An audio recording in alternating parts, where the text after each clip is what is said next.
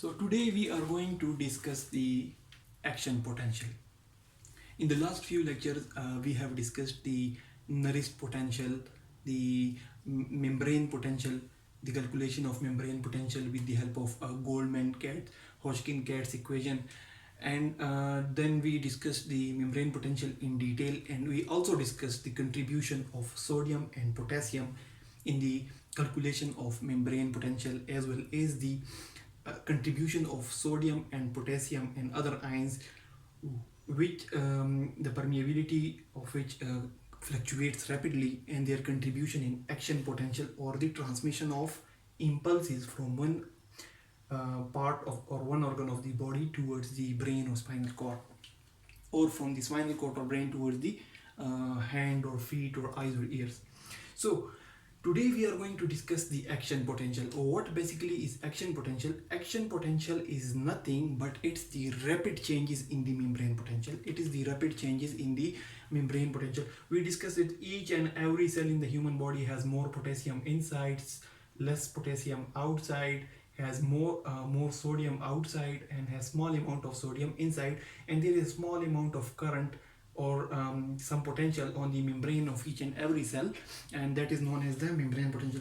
We calculated the membrane potential of minus 90 millivolt for the nerve cell, a large nerve cell of the mammalians, and today we are going to discuss the action potential in the context of a nerve. We will take an example of a neuron, a nerve cell of a large neuron, which is basically connected with the spinal cord and the human brain.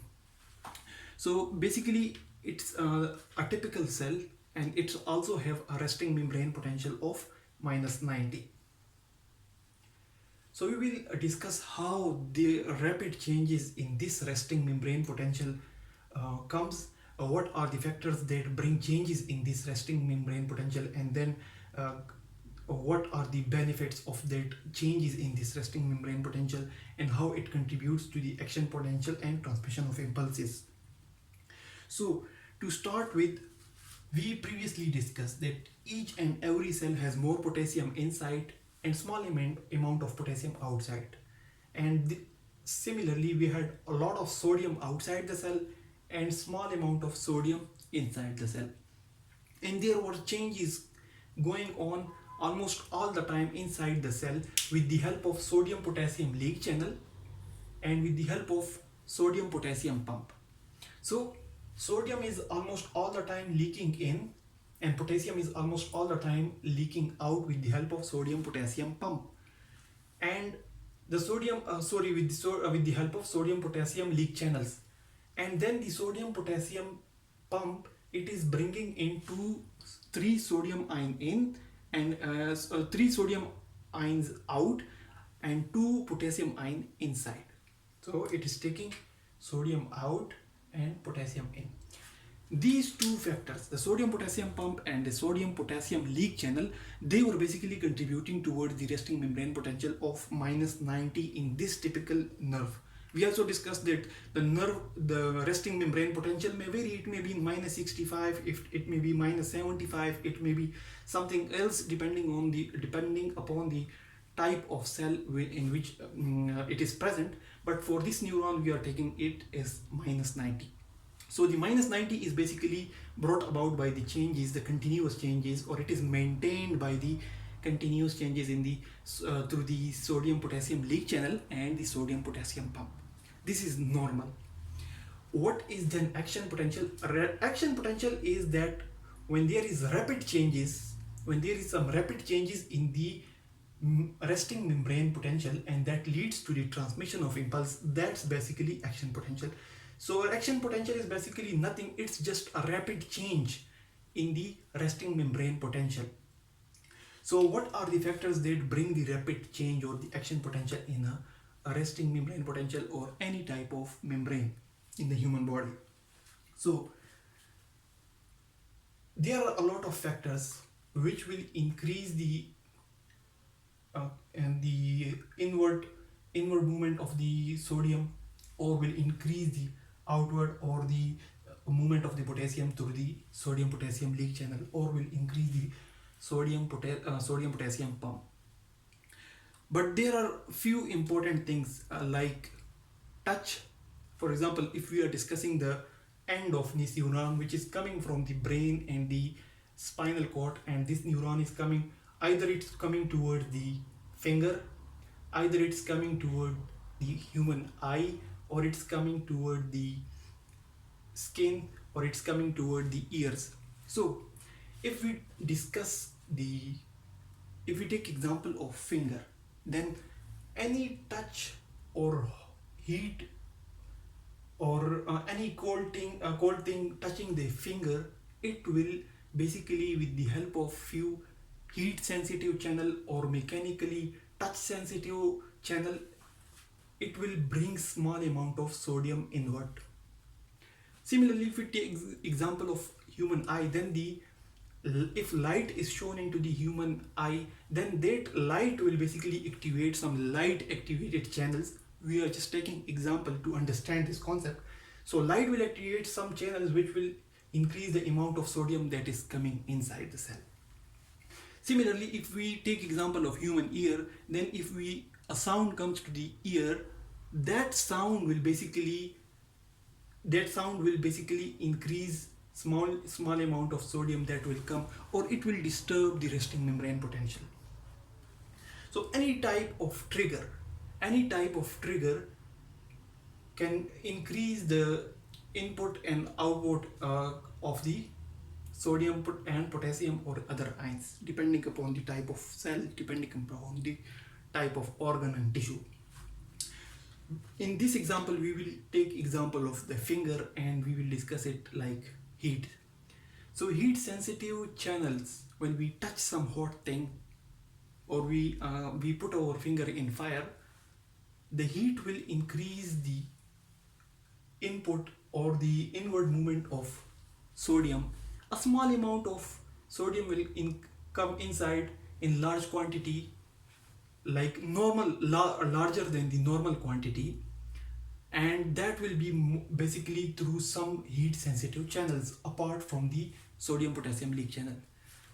That sodium, when comes inside, it will increase the resting membrane potential. So normally it's minus 90, it will slowly and gradually increase it towards minus 80, minus 70, and then it will come towards threshold.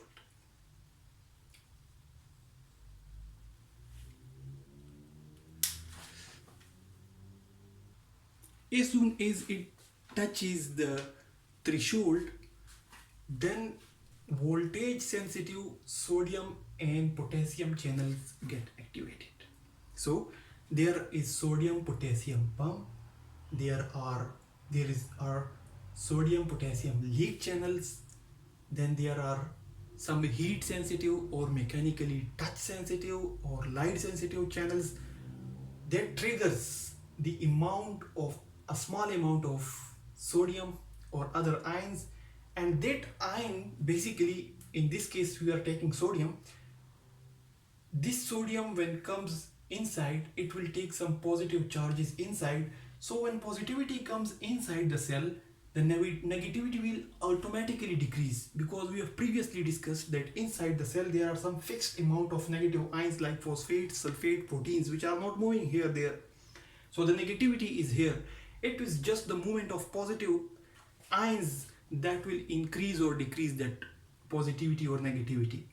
So when more positive ions come inside the cell, the positivity of the cell inside increases. So the resting membrane potential increases from minus 90 towards minus 80 millivolt. Then it can increase towards minus 70 or minus 65 depending upon the threshold. So threshold is a point at which the voltage sensitive sodium channels open. When the voltage sensitive sodium channels open, a lot of sodium in thousands of times that is normally coming inside, it comes inside, and there is a rapid change in potential, and there is a spike.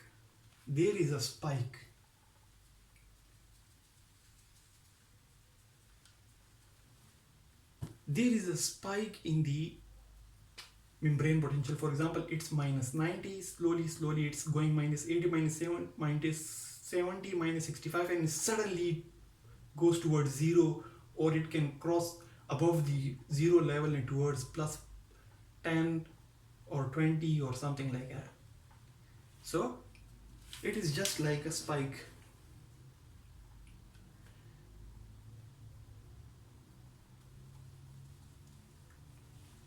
So that spike-like movement is basically due to the sudden movement of the sodium ions inside the cell.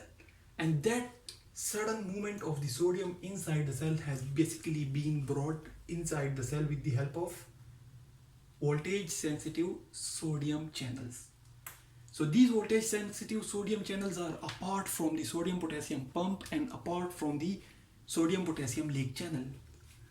But there are two types of gates in the sodium potassium voltage sensitive sodium channel.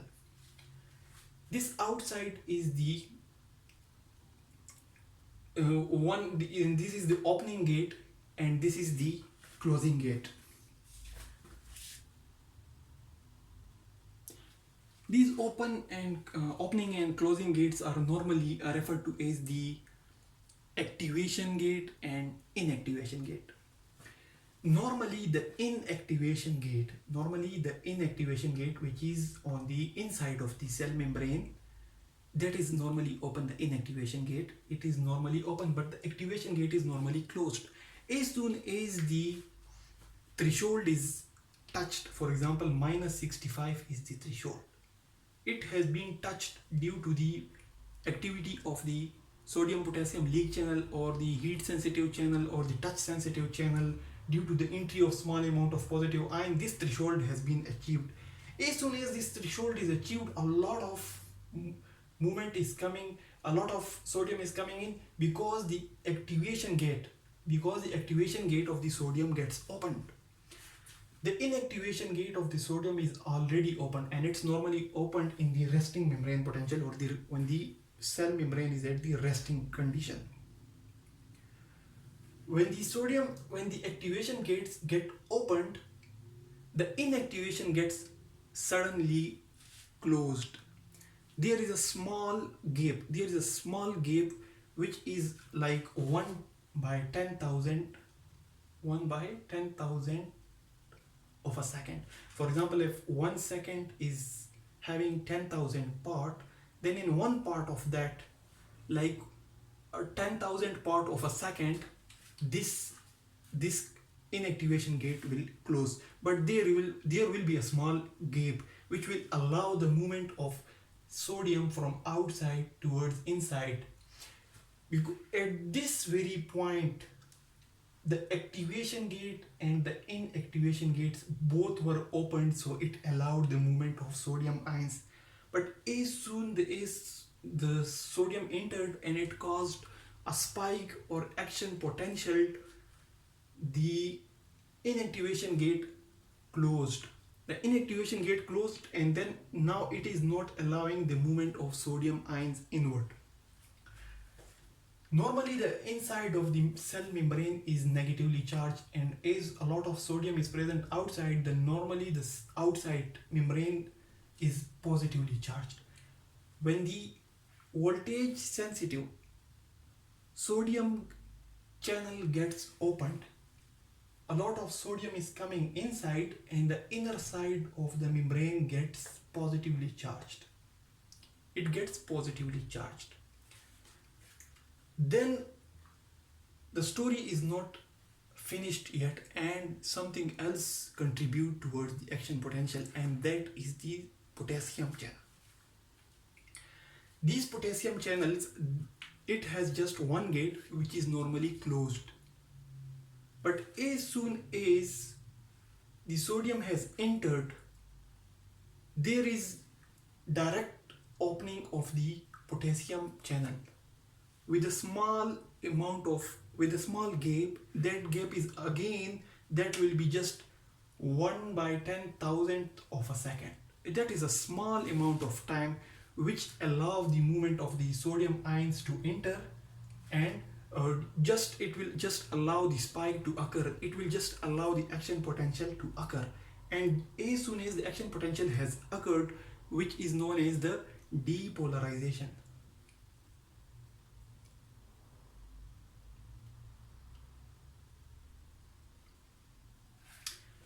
This part of the spike is known as depolarization.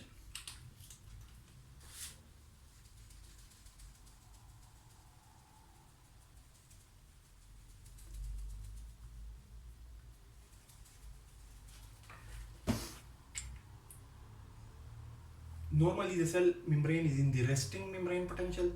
As soon the sodium enters, it calls depolarization of the membrane. So this part is known as the depolarization. This figure, this graph, this portion is showing the depolarization of the membrane. But as soon as the potassium gets opened, a lot of potassium is going out, and this positivity is lost with the help of potassium going out. So this positivity is lost, and the membrane potential is coming back from like plus 10 towards 0 towards minus 50 and then minus 90, and that condition is known as repolarization. So this is basically repolarization.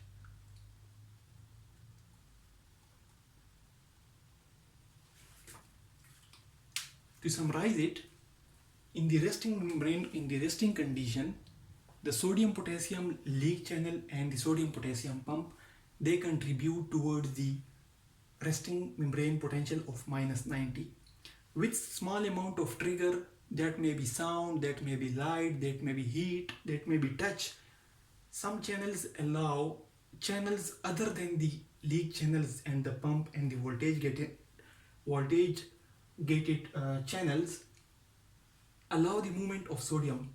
When that sodium comes in and it brings the resting membrane potential towards the threshold, at the threshold the voltage sensitive sodium channels get opened.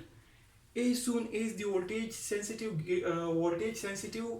sodium channel get opened, the activation gate get opened.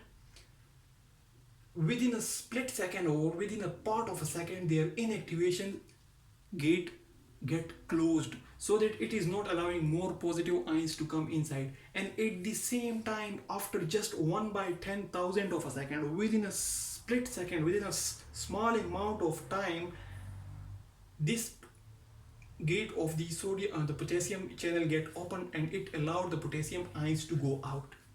So basically, this voltage sensitive sodium channels are contributing towards the depolarization, or increasing, it is contributing toward the increasing potential from the minus 90 towards plus 10, and closing of the inactivation gate as well as the opening of the sodium channel. These two factors, closing of the inactivation gate and opening of the potassium channel, they contribute towards the repolarization, or bringing the resting membrane potential back from plus 10 towards minus 90. So there are the three main parts of the action potential. One is the resting phase, then it is the depolarization, and then there is the repolarization, and that's the action potential. But there are a few other factors that are associated and that must be discussed with the action potential. One of them is the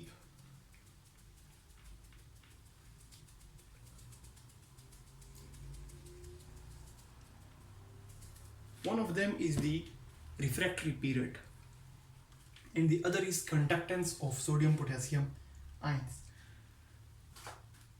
The conductance of sodium potassium ions can be discussed with the help of this graph. Normally in the resting condition, this is the conductance at the graph, or at the minus 90 millivolt level.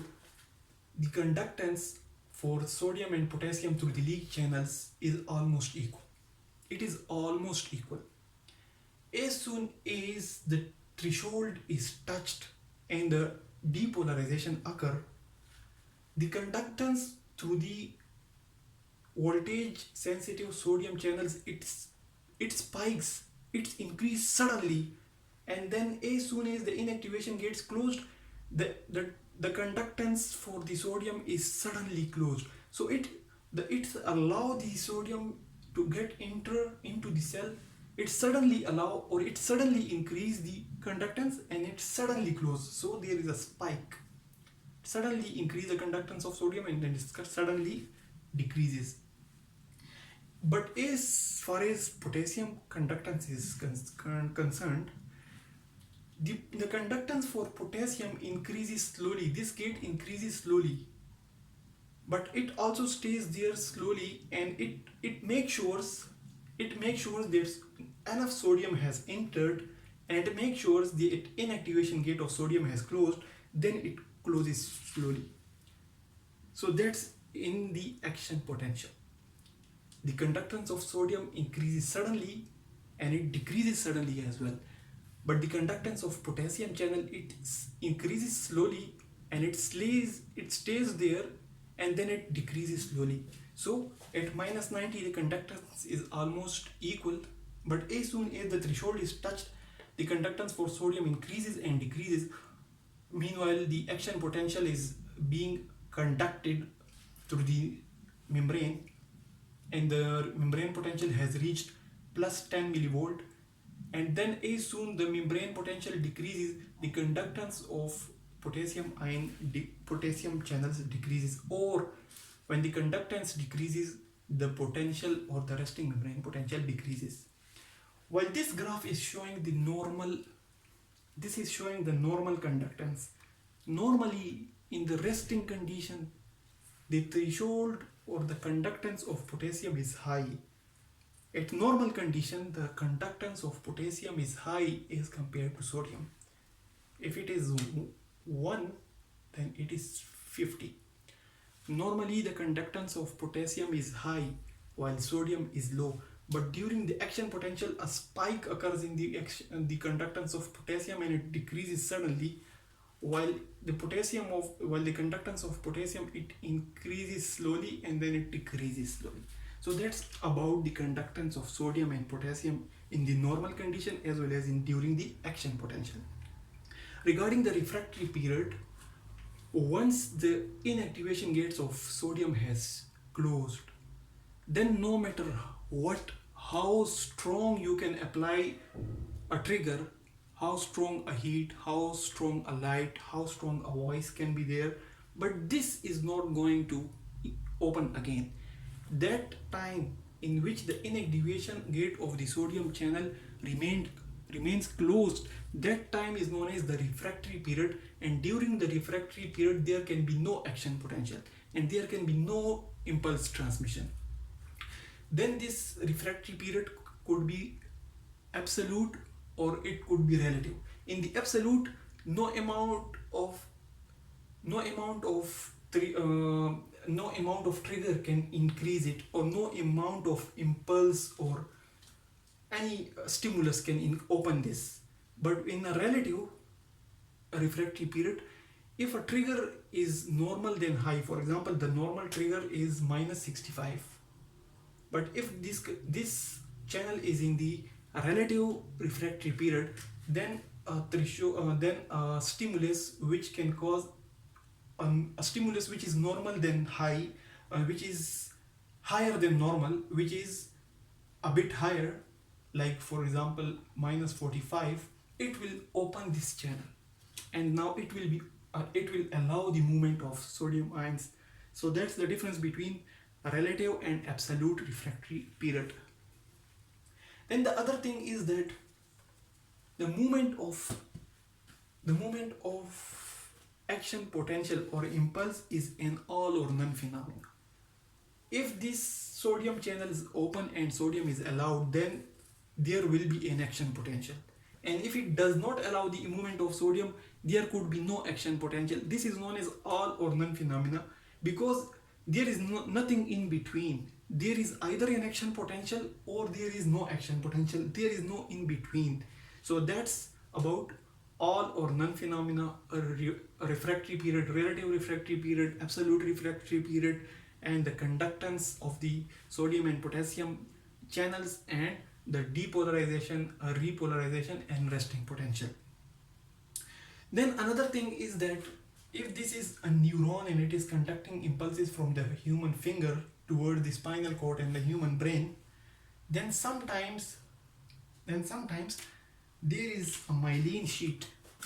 There is a myelin sheet surrounding this neuron, and all the charges are not going outside the cell membrane. Most of the charges go inside, and there is some specific points through which they come out.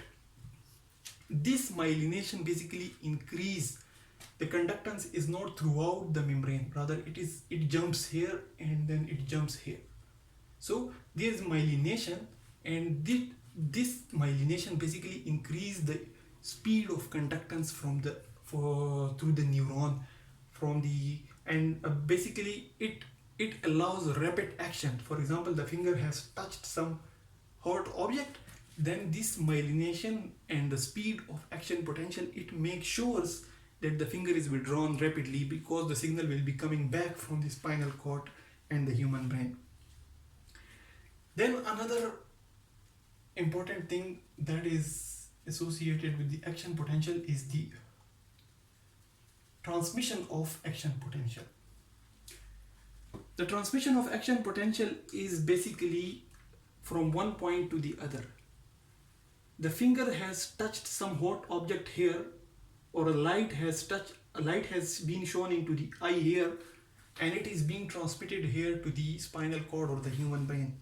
It is because when action potential is occurring here, a threshold is achieved here, and as soon as threshold is achieved here, action potential is achieved here. Then as action potential is achieved here, more sodium is coming in, and the resting membrane potential, it decreases from the -90 towards -65. Then action potential comes here, and as soon as it is moving along, so the action potential is spreading, and it is basically trying to reach its final destination. That could be spinal cord or the brain. So it is spreading because when action potential occurs at one place, the adjacent portion is having threshold potential, and as soon as the threshold potential is achieved, then the voltage sensitive sodium channel gets opened at that place, and there is action potential. And when at the adjacent potential there is action potential, the threshold is achieved with that adjacent portion, and then that leads to the opening of voltage sensitive sodium channel, and that leads to the action potential. And in this way there is the movement of impulse, and there is action potential, and then there is movement of impulse from one part of the body towards the other. So that's all about the action potential. Hope you have understood this topic. Thanks a lot for watching.